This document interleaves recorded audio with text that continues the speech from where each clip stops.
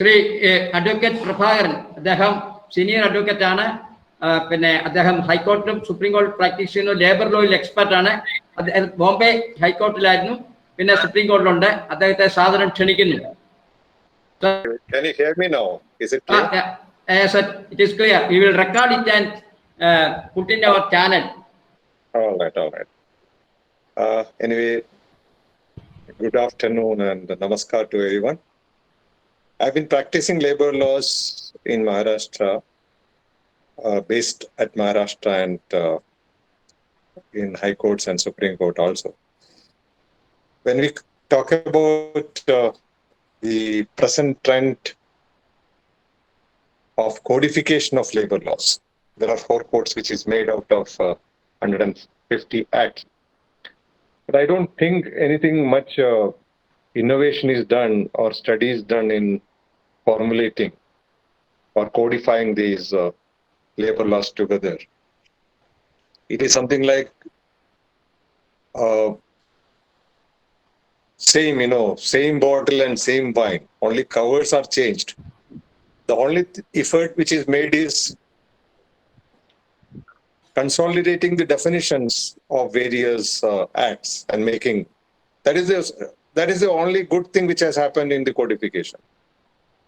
Substantive provision of all labor laws remain the same. The provisions are never changed, except some cosmetic changes here and there in relation to applicability on the basis of strength of the workman. So there is a lot to be done in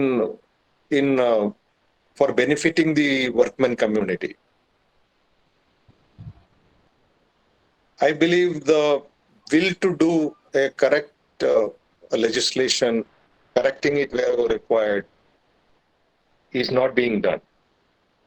For example, we are still depending on 1926, the Trade Unions Act, 1926. We are still in 1936 Payment of Wages Act. Many of the provisions are redundant and certain things are very imperialistic. I can say that. For example, I can give certain provisions even from Payment of Wages Act. It is not applicable to all the workmen. It is applicable to the workmen whose wages are less than some 15,000 rupees per month. And 15,000 per month wages, majority of workmen will not be then getting covered under Payment of Wages Act. So like that, there are a lot of pitfalls which is not addressed to. And a concrete job by putting experts of labor laws in a very concerted way should have been done by the government. And when we know that even the labor is a concurrent list of constitution, the state governments also can spin and reform the law.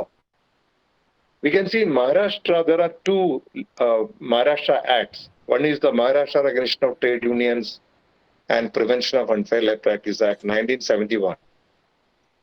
And there is also Maharashtra Industrial Relation Act.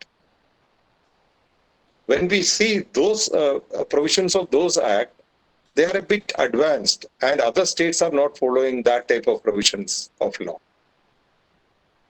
But though when we say Prevention of Unfair Labor Practice Act, the total benefit aimed at or by those acts are not getting delivered to the workmen or the working class because of the inefficiency of judiciary also.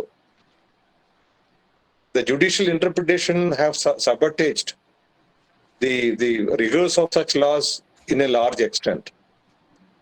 So I suggest that even the lawyers community with the